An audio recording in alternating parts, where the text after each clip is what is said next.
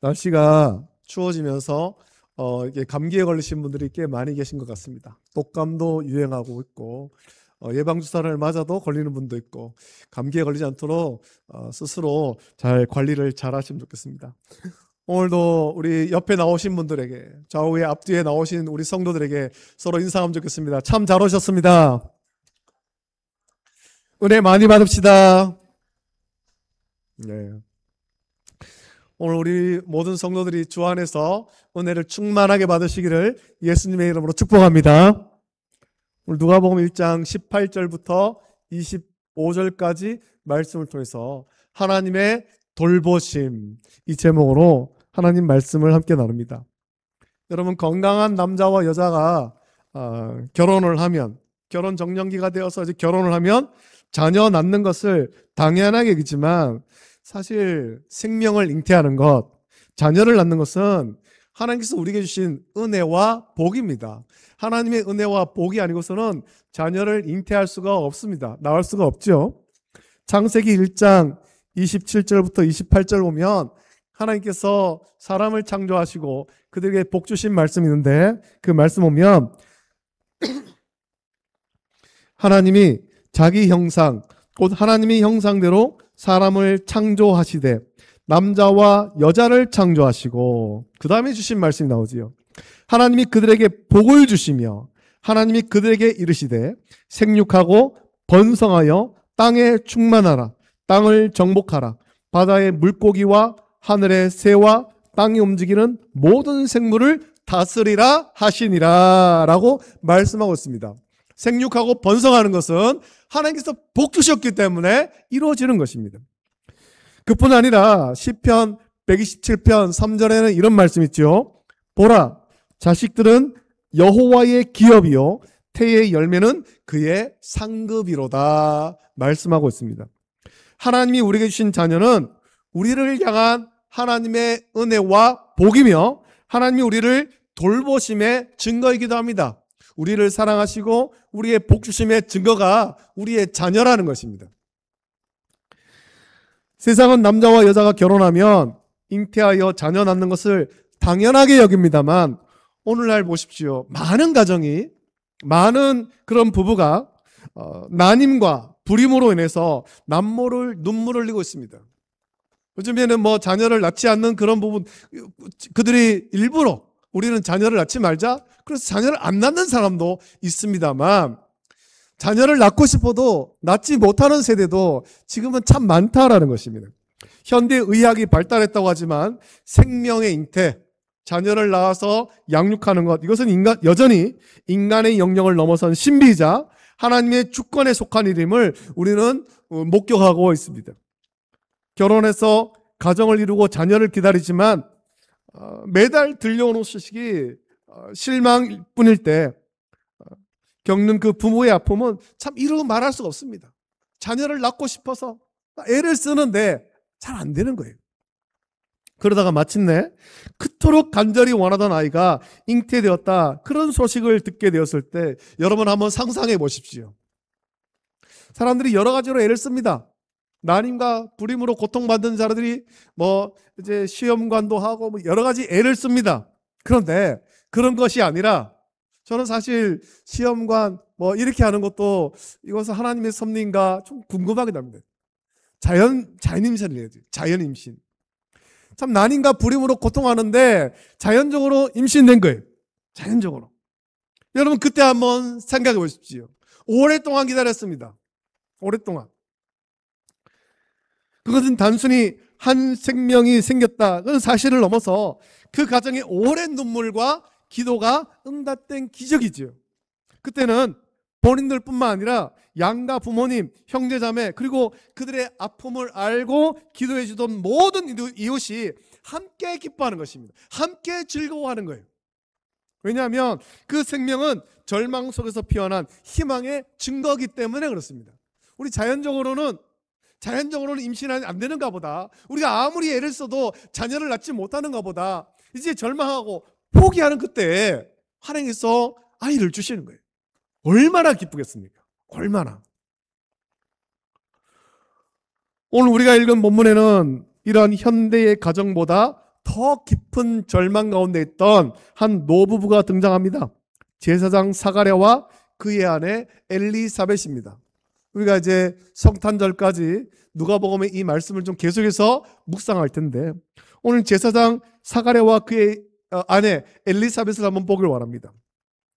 당시 유대 사회에서 자녀가 없다라는 것은 단순히 아쉬움이 아니었습니다. 우리는 뭐 자녀를 낳고 싶은데 자녀가 안 생겨요. 우리 자녀가 없어요. 좀 아쉽지만 어쩔 수가 없죠. 이게 아니라는 거죠.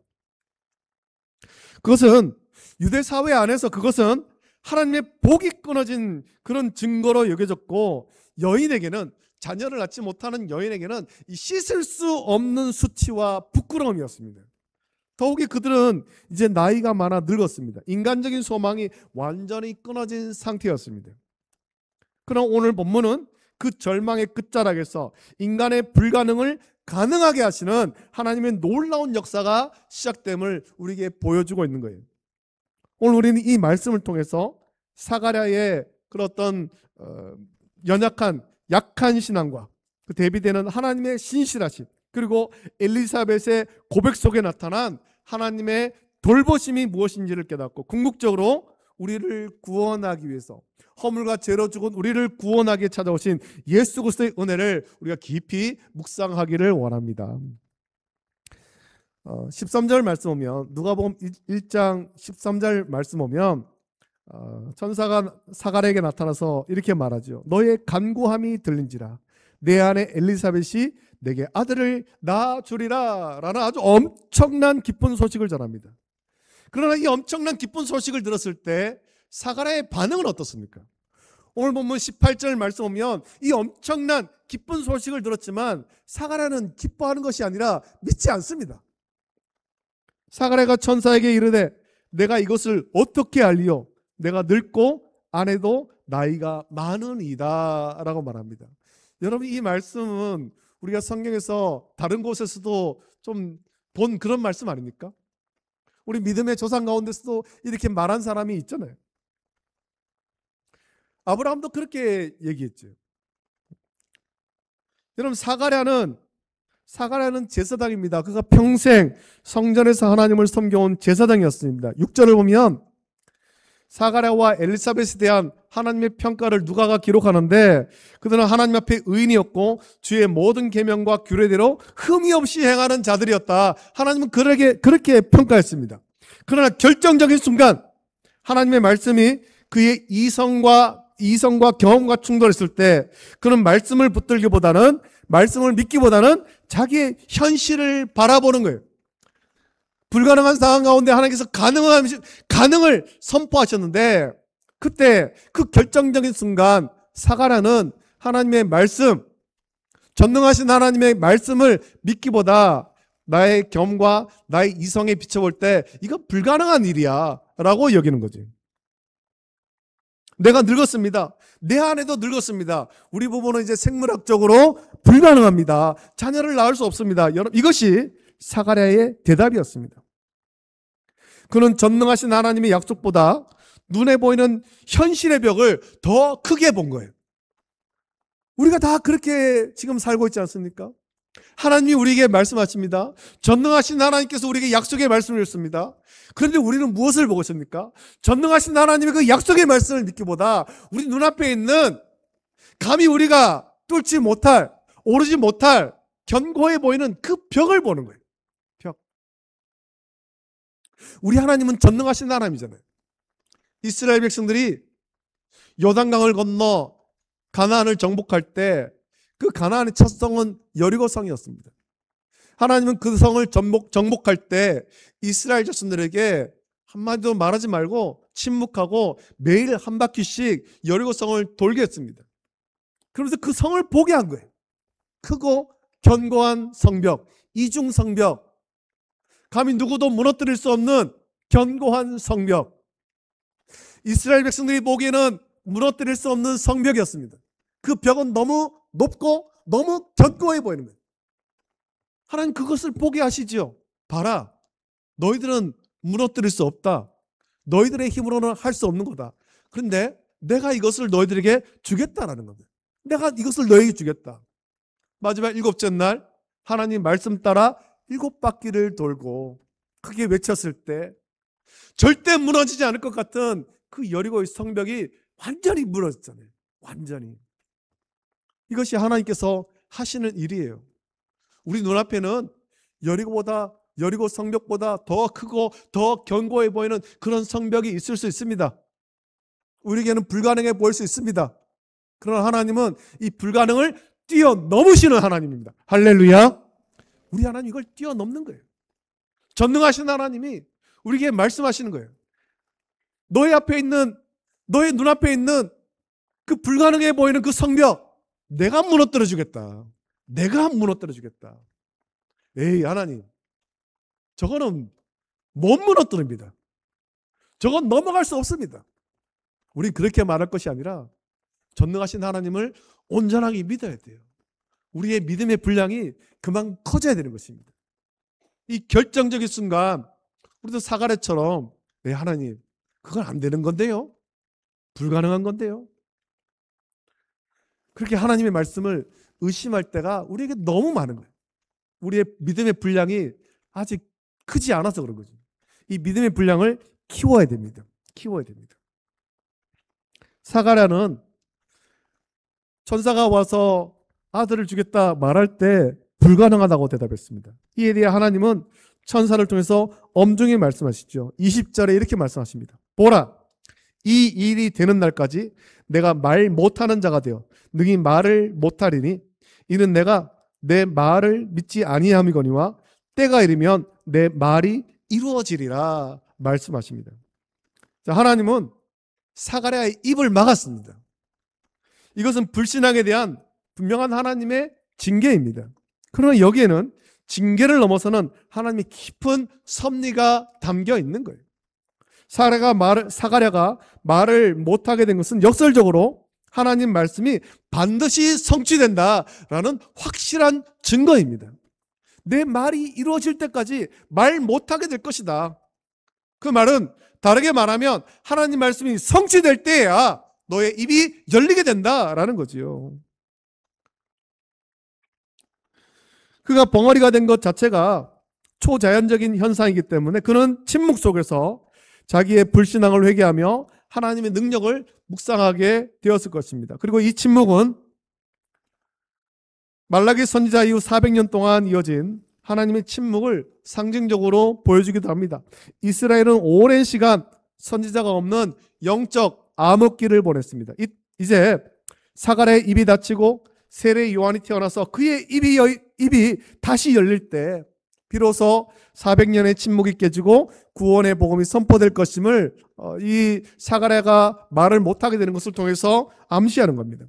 여러분, 중요한 것은 이것입니다. 사가랴는 의심했지만 전사가 와서 하나님이 하실 일에 대해서 말했지만 사가랴는 의심했지만 하나님은 사가랴가 의심해도 그 일을 취소하지 않았다는 겁니다. 너 내 말을 믿지 않아? 너에게 그 일을 안 해. 그것이 아니라는 거지요. 신실하신 하나님은 사가랴가 의심해도 그 일을 반드시 이루십니다. 사가랴가 의심했지만 사가랴의 의심과는 상관없이 신실하신 하나님은 때가 되어 일하셨습니다. 비록 사가랴가 의심하더라도 하나님은 하나님의 신실하신 때문에, 여러분, 우리에게는 어떤 의도 없습니다. 하지만 하나님의 신실하신 때문에 사가랴와 엘리사벳에게 은혜를 베푸셨습니다. 이것이 하나님의 주권과 우리에게 주시는 불가항력적인 은혜예요. 우리가 은혜 받을 어떤 자격도 없지만 우리의 믿음의 분량이 작아서 우리는 우리 앞에 놓여있는 장벽 앞에 하나님을 불신하고 주저앉고 절망하지만, 그러나 신실하신 하나님은 하나님의 신실하신 때문에 일하신다는 겁니다. 하나님의 신실하신 때문에 우리의 믿음 없음에도 불구하고 은혜를 부어주시는 거예요. 이것이 불가항력적인 은혜지요. 만약 하나님의 구원 계획이 인간의 믿음이나 반응에 따라 좌우된다면 여러분, 우리 중에 누구도 구원받을 수 있는 사람이 아무도 없습니다. 사가랴가 믿지 못했음에도 불구하고 하나님은 때가 이르면 내 말이 이루어지리라 라고 선언하십니다. 우리 하나님의 약속은 인간의 연약함에도 불구하고 하나님의 열심 때문에, 하나님의 신실하심 때문에 반드시 이루시는 것입니다. 성취되는 것입니다. 여러분, 우리의 구원은 우리의 어떤 자격이 아니라 오직 하나님의 신실하심에 근거하는 것입니다. 하나님께서 말씀했습니다. 그 말씀을 반드시 성취하시는 거예요. 오늘 말씀 보면 하나님 말씀대로 엘리사벳이 잉태했습니다. 그리고 그녀는 5달 동안 숨어 지내며 이렇게 고백하죠. 15절 말씀입니다. 오늘 우리가 이 말씀을 묵상해야 되는데, 주께서 나를 돌보시는 날에 사람들 앞에서 내 부끄러움을 없게 하시려고 이렇게 행하심이라 라고 고백합니다.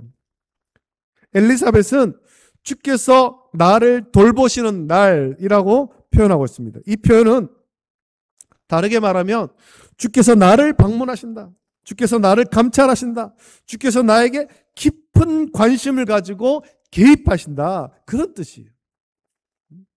나를 버려두신 것이 아니라 나를 찾아오시고 내 인생에 역사하셨다는 겁니다.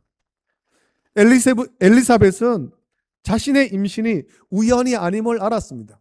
노부부가 참 우연히 자녀를 가졌다, 그것이 아니라는 것을 아는 거죠. 이것은 전적인 하나님의 개입입니다. 인간적으로 할 수 없는 것이지만, 인간적으로 불가능하지만 전능하신 하나님이 그들의 삶 속에 사가랴와 엘리사벳에게 주권적으로 개입하셔서 역사하셨다는 거죠. 여러분, 성경의 역사를 보십시오. 하나님은 구속사의 결정적인 순간마다 닫힌 태를 여시는 기적을 통해서 일하십니다. 생명을 잉태하게 하시는 거예요. 하나님이 갈대아 우르에서 아브라함을 부르시고 하란에서 그를 불러내어 가나안으로 인도했습니다. 그와 언약을 맺으시며 그 약속의 증거로 하나님은 100세 된 아브라함과 90세 된 사라, 이미 경수가 끊어져 죽은 것 같은 그런 그들에게 태를 여시고 이삭을 주셨습니다. 이것은 약속의 자손은 인간의 능력이 아니라 오직 하나님의 능력으로 말미암는다라는 것을 보여주는 거예요. 아브라함의 어떤 혈통으로 구원받는 것이 아니라 하나님의 능력으로, 하나님의 구원하심으로 우리가 생명을 얻는 것입니다. 할렐루야. 아브라함과 리브가에게도 같은 은혜를 주셨죠. 이삭이 그의 아내가 임신하지 못함으로 여호와께 간구하매 하나님이 그의 기도를 들으시고 리브가가 잉태해서 야곱과 에서를 낳았습니다. 또 사사시대의 암흑기에 하나님은 마노아와 그의 아내에게 나타나셔서 나실을 삼손을 잉태하게 했습니다. 사사시대의 암흑기를 끝내고 이스라엘의 영적 회복을 일으킨 사무엘 어떻습니까? 사무엘상 1장 19절 보면 자녀가 없어 통곡하며 기도하던 한나를 하나님이 생각하신지라 라고 기록하고 있습니다. 생각하신지라. 이걸 다르게 말하면 하나님이 한나를 돌보신지라입니다. 돌보신지라. 그리고 이어진 그 사무엘상 1장 20절 말씀 보면 한나가 임신하고 때가 이름에 아들을 낳아 사무엘이라 이름하였으니 이는 내가 여호와께 그를 구하였다 함이더라 라고 말씀합니다. 하나님은 한나를 통해 이스라엘의 영적 회복을 일으킬 사무엘을 주셨고, 사무엘은 미스바의 회개를 끌며 다윗 왕궁을 준비시킨 위대한 선지자로 섬긴 겁니다. 그리고 이제 신구약의 중간기 400년의 침묵을 깨고 엘리사벳의 태를 여셨습니다. 인간적으로 닫혀있는 그 태, 생명을 잉태하지 못하는 그 태를 하나님이 여셨다는 겁니다. 이 하나님은 엘샤다이 하나님, 전능하신 하나님이지, 불가능을 가능하게 하시는 하나님, 죽은 것 같은 몸에서 생명을 창조하시는, 생명을 주시는 창조주 하나님이신 것입니다. 우리 하나님은 예수 그리스도를 통해서 재창조를 하시는 거예요. 우리가 옛사람을 벗어버리고 예수 그리스도를 통해서 새 사람이 되는 겁니다. 하나님의 재창조예요. 엘리사벳의 고백처럼 하나님이 우리를 돌보사 우리의 수치는 굴러가고 우리의 고통은 찬송으로 변하게 되는 것입니다. 하나님은 엘리사벳의 개인적인 수치를 제거해 주셨을 뿐만 아니라 이 가정에 태어날 아이, 이 요한을 통해 온 이스라엘의 영적 수치를 제거할 준비를 시작한 것입니다. 사가랴와 엘리사벳을 통해서 태어날 아이의 이름이 요한입니다. 세례 요한이죠. 이 요한이라는 이름의 뜻 자체가 이미 여호와께서 은혜를 베푸셨다, 이런 뜻이에요. 사가랴의 가정에 임한 이 기적은 단순히 한 노부부가 자녀를 얻었다, 그런 어떤 그 가정의 즐거움으로 끝나지 않습니다. 누가가 이 사건을 기록한 진짜 목적은 세례 요한의 탄생이 가리키고 있는 한 분, 우리가 주목해야 될 한 분, 예수 그리스도를 증거하기 위해서입니다. 하나님께서 예수 그리스도를 우리에게 보내셔서 참 생명이신, 참 생명의 빛으로 오신 예수 그리스도를 통해서 우리에게 영원한 생명이 주셨다. 죄와 허물로 영원히 죽었던 우리에게 새 생명이 주셨다. 여기에 집중하는 거예요.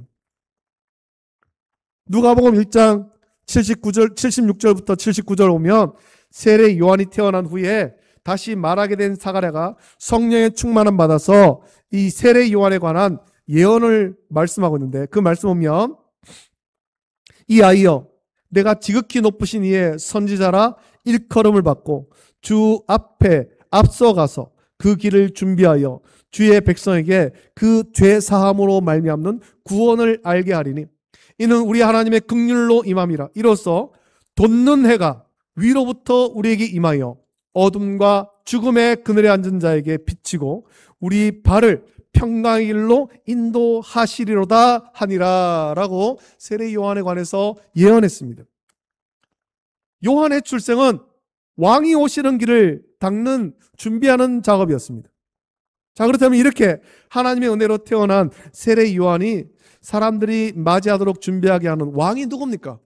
우리가 주목해야 될 왕, 우리가 섬겨야 될 만왕의 왕, 우리 주 예수 그리스도인 것입니다. 하나님께서 사가랴와 엘리사벳을 돌보셔서 요한을 주신 것이 은혜라면, 하나님께서 죄와 허물로 영원히 죽었던 우리를 돌보기 위해 독생자 예수 그리스도를 이 땅에 보내신 것은 은혜 위에 은혜요, 비교할 수 없는 사랑인 것입니다. 그래서 로마서에서는 바울은 이 일에 관해서 예수님을 이 땅에 보내신 것을 통해서 우리를 향한 하나님의 사랑을 확증하셨노라, 그렇게 말씀하고 있는 겁니다. 여러분, 불임보다, 육체의 불임보다 더 무서운 것은 영적 불임 상태죠. 우리는 생명 없이 죽어 있는 상태, 죄의 종로로 타며 영원한 형벌을 기다리는 상태였습니다. 아브라함이나 사가랴가 자녀를 낳을 수 없었던 것보다 더 철저하게 우리를 스스로 구원을 낳을 수 없는, 구원받을 수 없는 그런 존재였다는 겁니다. 허물과 죄로 죽었습니다. 그런 우리에게 주께서 돌보시는 날이 임한 거예요. 하나님의 때가 되어 주께서 돌보신 것입니다. 누가복음 1장 78절 79절에 그 사가랴가 한 그 말씀을 보면 이는 우리 하나님의 긍휼로 인함이라. 이로써 돋는 해가 위로부터 우리에게 임하여 어둠과 죽음의 그늘에 앉은 자에게 비치고 우리 발을 평강의 길로 인도하시리로다 라는 이 사가랴의 예언처럼 참 생명이 비치신 예수님께서 인간의 몸을 입고 성육신했습니다. 이것이 하나님의 돌보심의 절정인 것입니다. 우리를 돌보심의 절정인 거예요. 하나님은 멀리 계신 분이 아니라 우리의 비참한 처지를 보시고 친히 찾아오셨습니다. 사가랴의 불신앙에도 불구하고 요한을 주신 하나님은 우리가 여전히 죄인 되었을 때 예수 그리스도를 보내심으로 우리에 대한 자기의 사랑을 확증하셨습니다. 여러분, 우리 하나님은 신실하신 하나님입니다. 인간의 연약함과 의심에도 불구하고 약속하신 말씀은 반드시 성취하십니다. 그리고 우리 하나님은 전능하신 하나님, 엘샤다이십니다. 불가능한 상황, 끝났다고 생각되는 상황을 뒤집어서 생명을 잉태하게 하시는 거예요. 그리고 우리 하나님은 우리를 돌보시는 하나님이지요. 엘리사벳의 수치를 씻어주신 주님은 오늘날 우리의 삶도 세밀하게 살피고 계십니다. 메시아인 예수 그리스도를 보내신 그 하나님의 사랑은 2000년 전의 사건에 멈추지 않았습니다. 예수님께서 승천하신 후 하나님은 또 다른 보혜사 성령님을 우리 가운데 보내주셨습니다. 성령님은 지금도 우리 안에 거하시면서 말할 수 없는 탄식으로 우리를 위해서 친히 간구하고 계시는 거예요. 우리를 돌보십니다. 혹시 우리 가운데 여러분 중에 나는 이미 늙었고 나의 때는 이제 다 끝났다, 내 상황은 끝났다, 그렇게 생각하며 낙심하고 절망하고 있는 분이 있습니까? 혹은 엘리사벳처럼 인생의 수치와 고통, 남들에게 말 못할 아픔 속에 그렇게 숨어 있는 분이 계십니까? 여러분 기억하십시오. 인간의 끝은 하나님의 시작입니다. 우리의 소망이 끊어진 그곳에서 하나님의 약속은 시작되는 거예요. 한나가 기도로 사무엘을 얻어 그 시대를 깨웠듯이, 영적 각성을 했듯이, 엘리사벳이 하나님의 돌보심으로 요한을 얻어 메시아의 길을 예비했듯이, 오늘 여러분의 삶에 찾아오신 하나님의 은혜를 온전하게 붙잡기를 원합니다. 예수 그리스도의 십자가 사랑으로 우리를 이미 죽음에서 생명으로 옮기신 하나님께서 여러분의 남은 생에도 끝까지 책임지시고 돌보실 것입니다. 여러분, 주께서 나를 돌보시는 날이라고 고백했던 엘리사벳의 찬양이 오늘 예배하는 저와 여러분 모두의 고백이 되시기를 예수님의 이름으로 축복합니다. 아멘. 이제 여러분 함께 찬양할 때 우리 함께 고백하기를 원합니다. 전능하신 나의 주 하나님, 우리 고백하며 찬양하기를 원합니다. 이 찬양하면서 우리 기도할 때 우리가 여러 가지 우리 앞에 놓여 있는 그런 여리고 성벽과 같은 크고 견고해 보이는, 감히 내가 넘을 수 없을 것 같고 무너지지 않을 것 같은, 나를 두렵게 하는 그런 장벽이 있을지라도 전능하신 하나님 믿으십시오. 하나님 우리를 돌보십니다. 하나님 우리를 돌보십니다. 우리에게는 불가능하지만 하나님이 그것을 다 무너뜨리고 우리에게 승리 주시고 우리에게 참 생명 주시는 거예요. 그 하나님을 믿고 함께 찬양하고 기도하길 원합니다.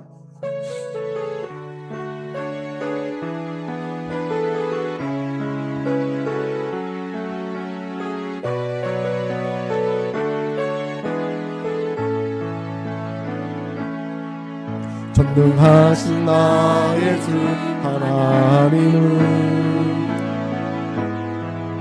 잊지 못하실 일 전혀 없네. 우리의 모든 간구도, 우리의 모든 생각도, 우리의 모든 꿈과 모든 소망도 하신 나의 주 하나님은 우리의 모든 괴로움 바꿀 수 있네. 불가능한 일 행하시고 죽은 자를 일으키시니 그를 이길 자 아무도 없네. 주의 말씀 의지하여 깊은 곳에 금을 던져 오늘 그가 놀라운 일을 이루시는 것 보라.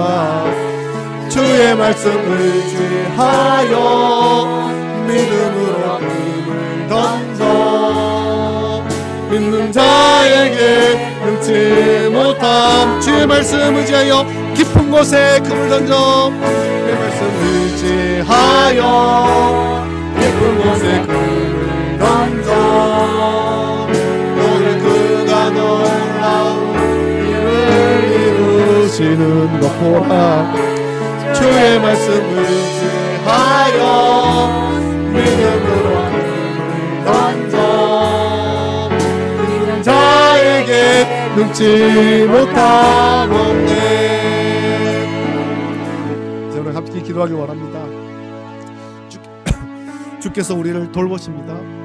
보혜사 성령께서 지금도 우리 가운데 함께 하시며 우리를 돌보십니다. 2000년 전 이 땅에 성신하신 그 예수님은 우리를 향한 하나님의 돌보심의 절정입니다. 생명의 빛으로 오신 예수님께서 이미 이 땅 가운데 성신하셨고 허물과 죄로 죽었던 우리에게 참 생명, 영원한 생명을 주셨습니다. 여러분, 두려워하지 마십시오. 우리 앞에 있는, 우리 인생 앞에 있는 그런 여리고 성벽 같은 그런 장벽들, 크고 견고하고 내가 넘을 수 없고 내가 무너뜨릴 수 없고 내가 이길 수 없을 것처럼 보이는 그것들을 두려워하지 마십시오. 실제로 우리는 그것을 무너뜨릴 수 없지만, 우리는 넘어갈 수 없지만 우리를 돌보신 하나님께서 그것을 무너뜨리고 우리에게 승리 주시며 우리에게 기쁨을 주실 것입니다. 하나님이 우리를 돌보십니다. 할렐루야. 하나님이 우리를 돌보십니다. 그 하나님의 돌보심을 믿으며 시간 간절히 기도하기를 원합니다. 주여, 우리가 주의 돌보심을 믿으며 믿음으로 살게 하여 주시옵소서. 절망하고 낙심하지 않게 하여 주시옵소서. 간절히 기도하기를 원하고, 특별히 시간 기도할 때 우리 함순옥 권사님 위해서 간절히 기도하고 하나님께서 돌보셔서 그 모든 약함이 떠나가고 건강을 회복할 수 있도록 은혜 베풀어달라고, 또 그 외에 연약한 성도에서 같이 기도하시고, 또 이 세상에 절망하는 많은 사람들 성탄절을 준비하며 주의 돌보심을 온전히 누릴 수 있도록 은혜 달라고 시간 기도할 때 우리 주님 한번 크게 부르짖고 합심하여 함께 기도하겠습니다. 주여, 거룩하신 아버지 하나님, 사랑과 은혜를 감사드립니다. 아버지 하나님이시여, 오늘도 우리를 사랑하시고 은혜해 주셔서 주의 전을 인도하시고 하나님 말씀을 함께 나누게 하심을 감사드립니다. 아버지 하나님, 하나님께서 우리를 돌보시고 은혜에 풀어 주심을 감사드립니다. 아버지 하나님, 우리는 우리 앞에 놓여있는 아버지 하나님 그런 장병으로 인해서 아버지 하나님 문제로 인해서 절망하고 좌절하고 낙심하지만 아버지 하나님께서 우리를 돌보십니다. 전능하신 하나님께서 우리를 돌보십니다. 이 믿음을 아버지 하나님 더 깊이 가지게 하여 주시옵소서. 아버지 하나님, 주를 믿는다고 하면서도 아버지 하나님 우리 앞에 놓여있는 아버지 하나님 장병으로 인해서 절망하고 낙심하고 주저앉아 있는 연약한 우리를 바라옵니다. 주여 불쌍히 여주시고 우리가 아버지 하나님 주의 말씀을 온전히 믿고 절망하고 낙심하지 않게 하시고 아버지 하나님 주의 돌보신 가운데 기뻐하게 하여 주시옵소서. 우리는 불가능하지만, 우리는 죽을 것 같지만 하나님께서 우리를 돌보셔서 생명을 잃게 합니다. 우리가 회복됩니다. 주여, 그 주의 돌보심 아버지 온전히 믿기 원합니다. 우리 하나님은 신실하신 하나님이시고 우리 하나님은 엘샤다이 하나님, 전능하신 하나님을 우리가 믿고 고백하게 하여 주시고 주님을 찬양하고 나가게 하여 주시옵소서. 사랑하는 우리 함순옥 권사님, 불쌍히 수고하시다 주의 치료의 손길로 얼어만 주시다 모든 질병이 떠나가고 강건케 하여 주시고 아버지의 건강을 회복하여 주 앞에 나와 우리 함께 주님을 찬양하고 예배할수록 은혜를 덧입혀 주시기를 간절히 소원하옵나이다. 주님 도와 주시옵소서. 아버지 하나님이시여, 아버지 하나님 주의 돌보심을 믿고 찬양하며 나가는 우리 모두 성도들 있도록 인도하여 주시옵소서. 감사합니다. 전능하신 아버지 하나님, 신실하신 아버지 하나님, 우리를 돌보시는 아버지 하나님, 은혜를 감사드립니다. 우리가 아직 죄인 되었을 때 우리를 사랑하사 독생하신 우리 아들 예수 그리스도 우리 가운데 보내주시고, 우리 아무런 의도 없고 아무런 공로도 없지만 하나님의 신실하심 때문에 우리를 죄에서 구원하여 주심을 감사드립니다. 그 하나님의 돌보심으로 인하여서 오늘 우리가 주의 전에 모여 하나님을 찬양하고 예배합니다. 하나님께서 우리를 눈동자와 같이 지키시고 또 돌보시지만 우리는 세상 가운데 여전히 믿음 없는 모습을 보입니다. 우리 눈에 보이는, 우리 삶에서 겪는, 우리가 감히 감당하기 힘든 그런 어려움들이 있습니다. 마치 여리고 성벽처럼 나 앞에 떡하니 버티고 있는 세상의 문제, 가정의 문제, 경제적인 어려움, 또 건강의 문제, 이 문제에 절망하며 좌절합니다. 하나님이 우리를 돌보심에도 불구하고 하나님이 내가 이것을 무너뜨리고 너에게 승리를 주고 너에게 기쁨을 주고 너에게 참 생명을 주겠다 약속하시는데도 그 약속을 믿지 못하는 나약한 믿음의 삶을 살았음을 고백합니다. 주여 우리를 불쌍히 여겨 주시옵소서. 다시 한번 우리 약함을 주 앞에 고백하며 아버지 하나님께 나갑니다. 주님, 우리의 믿음의 분량이 커지게 하여 주시고 우리 하나님의 전능하심, 우리 하나님의 신실하심, 우리 하나님의 돌보심을 믿으며 나가게 하여 주시옵소서. 은혜를 누리게 하여 주시옵소서. 주 앞에 우리 앞에서 주님께서 그 모든 문제를 해결하시고 또 주의 돌보심을 깨달을 수 있도록 은혜를 베풀어 주시옵소서. 아버지 하나님, 병원에 입원하 있는 우리 사랑하는 권사님 불쌍히 공렬이시사 주의 치료의 손길로 어루만져 주셔서 아버지 하나님 건강을 회복하고 일어나게 하여 주시옵소서. 우리 모든 성도가 모든 약함이 떠나가고 모든 질병이 떠나가고 영과 육이 강건하여 하나님을 찬양하며 세상 가운데 주의 복음을 전할 수 있도록 주께서 우리를 돌보심을 전할 수 있도록 은혜 베풀어 주시옵소서. 감사드립니다. 이제는 우리 주 예수 그리스도의 은혜와 하나님 아버지의 사랑하심과 성령님의 감화, 역사, 교통하심이 또 돌보심이 오늘 주의 돌보심을 믿으며 주의 약속의 말씀을 믿으며 구원의 기쁨과 감격 가운데 살기를 결단한 우리 모든 성도들 머리 위에, 가정과 자녀와 직장과 생업 위에 이제로부터 영원토록 함께 있을지어다. 아멘.